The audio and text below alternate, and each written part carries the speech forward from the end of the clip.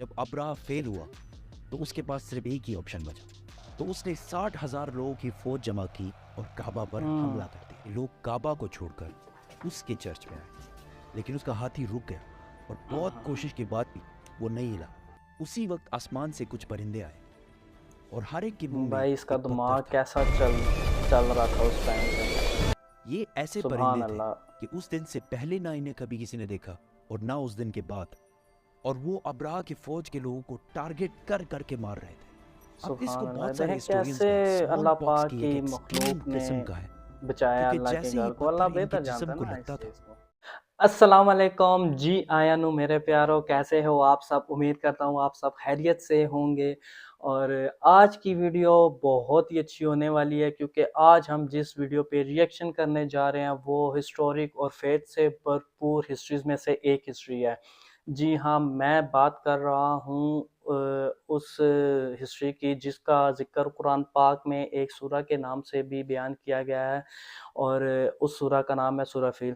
बाकी की स्टोरी मज़ीद जानते हैं आज की इस वीडियो में। देखते हैं आज हमें इस वीडियो से क्या नॉलेज मिलती है। तो चलिए शुरू करते हैं आज की इस वीडियो को बिना टाइम ज़ाया किए। Let's get started.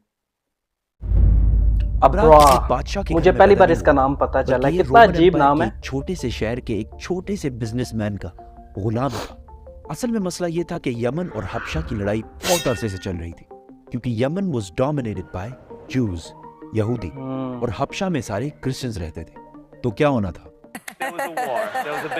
तो पहले There यहूदियों was ने a big हमला war, किया और वाकई। क्रिश्चियन इलाकों में बहुत तबाही मचाई, जिसकी वजह से सुपर पावर रोमन एम्पायर को बहुत गुस्सा आया। तब भी क्रिश्चियंस ही सुपर पावर थे।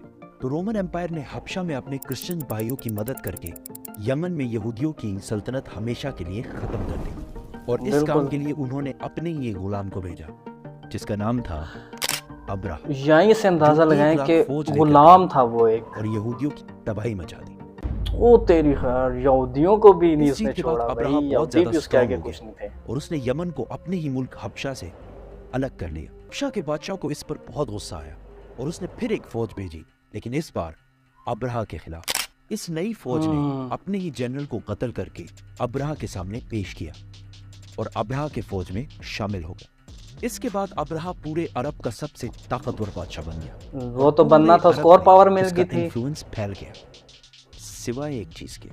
हर साल पूरे अरब से हजारों लोग मक्का में काबा के तवाफ के लिए जाया करते थे। तो अब्राह ने सोचा इसमें कौन सी बड़ी बात है, हम भी एक बना देते हैं। तो उसने अपने कैपिटल में एक आलीशान चर्च बनाया, जिसको उसने पूरे दुनिया के हीरे जवाहरात से भर दिया। ये बिल्डिंग पूरे अरब में सबसे खूबसूरत और आलीशान बिल्डिंग थी।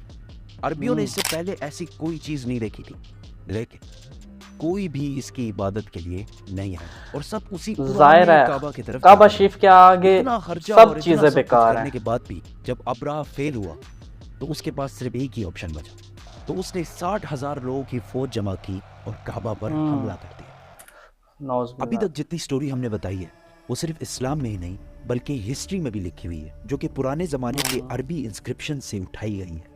इन सब में अब्राह एक बहुत बड़ा बादशाह था, लेकिन उसके मक्का जाने का कोई भी जिक्र नहीं। अब्राह कितना इन्होंने एआई के जरिए डेंजरस सा दिखाया है ना, मिली है जिसमें क्लियरली लिखा हुआ है कि अब्राह ने एक जगह पर हमला किया था जिसमें उसे बुरी तरह शिकस्त हुई थी। तो अब बड़े बड़े हिस्टोरियंस भी इसको मक्का पर इसी हमले को करार दे रहे हैं, जिसमें अब्राह अपने साथ कुछ हाथियों को भी लेकर गया था। अरबियों को पता था। आप जरा खुद अंदाजा लगाएं कि कुछ कबीलों ने लड़ाई इसका प्लान देखें, एक अलग ही लेवल का था। एक बड़े हाथियों के साथ काबा शरीफ पे हमला कर दिया इसने। काबा को गिराना चाहता है ताकि लोग काबा को छोड़कर उसके चर्च में आए। आसपास सब लूटने के बाद जब वो मक्का पहुंचा तो उसने उनके चीफ को बुलाया। तो अब्दुल मुतलिब ने आकर कहा कि आपने मेरे कुछ ऊंट कब्जा किए हैं, वो मुझे वापस कर दें। तो अब्राह ने हंस कर कहा कि मुझे तो लगा तुम बहुत बहादुर शख्स होगे, तुम्हें तो अपने जरा उन पे उनका उस वक्त क्या जोर चलता, वो उस वक्त सुपर पावर था, यही कह रहे हैं। इस घर का जो मालिक है वो जाने और तुम जानो। बिल्कुल, लेकिन अल्लाह अपने घर की हिफाजत करना अच्छे से जानता है। इस घर को नुकसान नहीं पहुंचा। बिल्कुल,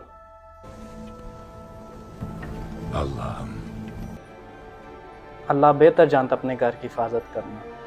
अगले दिन अब्राह ने अपनी फौज को हमले का हुक्म दिया, लेकिन उसका हाथी रुक गया और बहुत कोशिश के बाद भी वो नहीं हिला।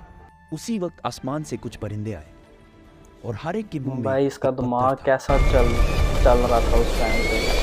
ये ऐसे सुभान परिंदे थे अल्लाह। कि उस दिन से पहले ना इन्हें कभी किसी ने देखा और ना उस दिन के बाद, और वो अब्राहा की फौज के लोगों को टारगेट कर करके मार रहे थे। अब इसको सुभान अल्लाह, बहुत सारे देखें हिस्टोरियंस कैसे ने स्मॉल अल्लाह पॉक्स पाक की एक की एक्सट्रीम मखलूक ने किस्म का है, बचाया क्योंकि अल्लाह के जैसे ही घर को। पत्थर अल्लाह इनके बेहतर जिस्म जानता है को ना लगता इस था चीज़ को। तो वो खारिश कर करके अपने ही गोश्त को निकाल देते, अये, हत्ता कि कुछ लोगों की हड्डियां तक नजर आने लगी। इस हालत में ये फौज वापस भागी और अब्राहा की 60,000 की फौज तबाह बर्बाद हो गई। मक्का के कुरैश की ये जीत पूरे अरब में फैल गई और कुरैश अरब के नए बादशाह के तौर पर सामने आए।